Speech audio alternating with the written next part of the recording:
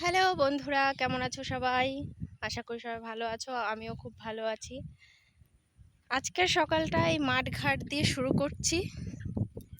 আশা করি সবার এই মাঠঘাটের পরিবেশটা ভালো লাগবে। আমার তো খুব ভালোই লাগছে, কিন্তু কাদার মধ্যে হাঁটতে একটু কষ্ট হচ্ছে।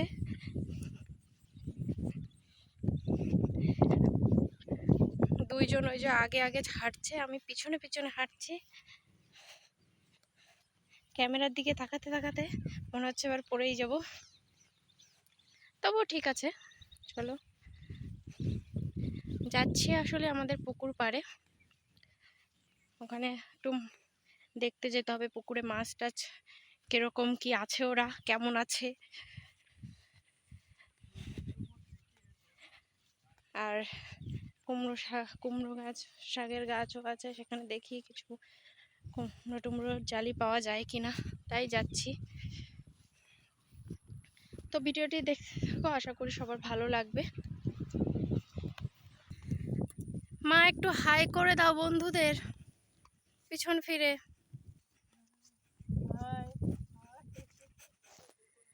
এমন যদি হতো আমি পাখির মতো।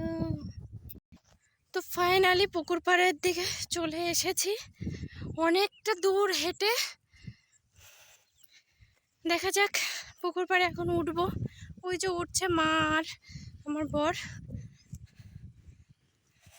দেখা যাক। পায়ে তো আমার চটিতে এক মন কাদা জড়িয়েছে। এই যে কুমড়ো শাকগুলোর অবস্থা খুব খারাপ হয়ে গেছে, বুঝলেন বন্ধুরা। কেমন পাতাগুলো সব হলদে হলদে হয়ে গেছে।